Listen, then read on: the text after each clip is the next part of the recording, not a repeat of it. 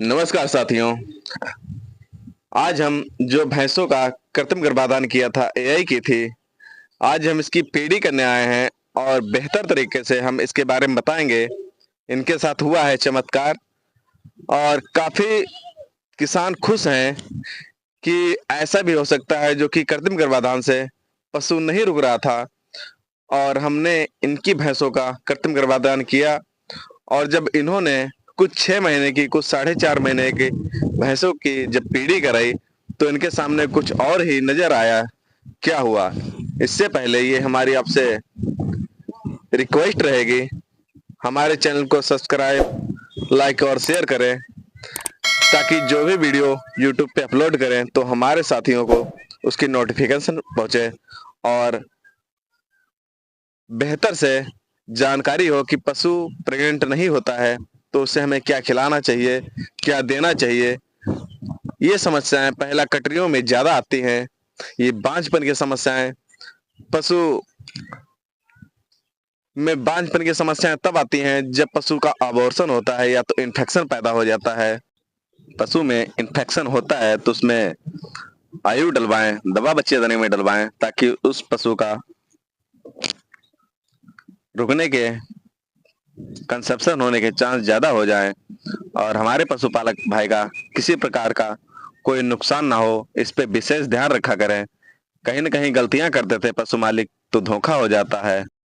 और कीड़े की दवा हम हर वीडियो में पशुपालक अपने साथियों को बताते हैं कि देते रहें कि किसी प्रकार का मिनरल्स या विटामिन की कमी ना हो पाए और पशु कंसेप्शन हो जाए, पशु ठहर जाए, एआई करवाएं या कृत्रिम गर्भाधान करवाएं।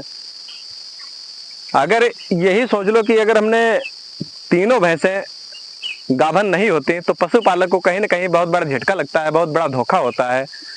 जो खिलाना पिलाना, साथ में इतनी केयर करना, समय खराब होना, जब ये पशु आप 5-6 महीने के बाद में पशु को आप पीडी करवाते हैं, जांच करवाते हैं और पशु खाली निकल जाता है, गाभन नहीं होता है, तो उस समय पशुपालक को काफ़ी दुख होता है और कहीं ना कहीं उसे उस पशु को दोबारा एआई नहीं करवाता है या क्रॉस नहीं करवाता है। क्या है, फिर उस पशु को जो है बेच देता है पशु मालिक, उसे फिर रखता नहीं, खिलाता नहीं है। साथियों, पशुपालक जो हमारे ये व्यक्ति हैं, आप सामने आए। इनकी भैंस हमने 4 का कृत्रिम गर्भाधान किया था, हमने यही की थी। कुछ 6 से 6.5 महीने के बीच की हैं इनकी 2 भैंसें और ये भैंस जो हमने इसका कृत्रिम गर्भाधान किया था, इसको 4 महीने 4.5 महीने हो गया है एआई किए हुए। 4 भैंसों में इनकी एक पहला वासर है, जो पहला कटरी है वो खाली निकली है, जो प्रेग्नेंट नहीं है। बाकी इनकी 3 भैंसें गर्भित हैं और इसी जगह पर अगर पशु मालिक खुश हो जाता है, तभी मान लिया हमने 4 भैंसों का कृत्रिम गर्भाधान किया, अगर पशु कृत्रिम गर्भाधान से सक्सेस हो जाती हैं, 4 में से 3 भैंसें रुक जाती हैं, तो पशु मालिक कहीं ना कहीं काफी खुश होता है।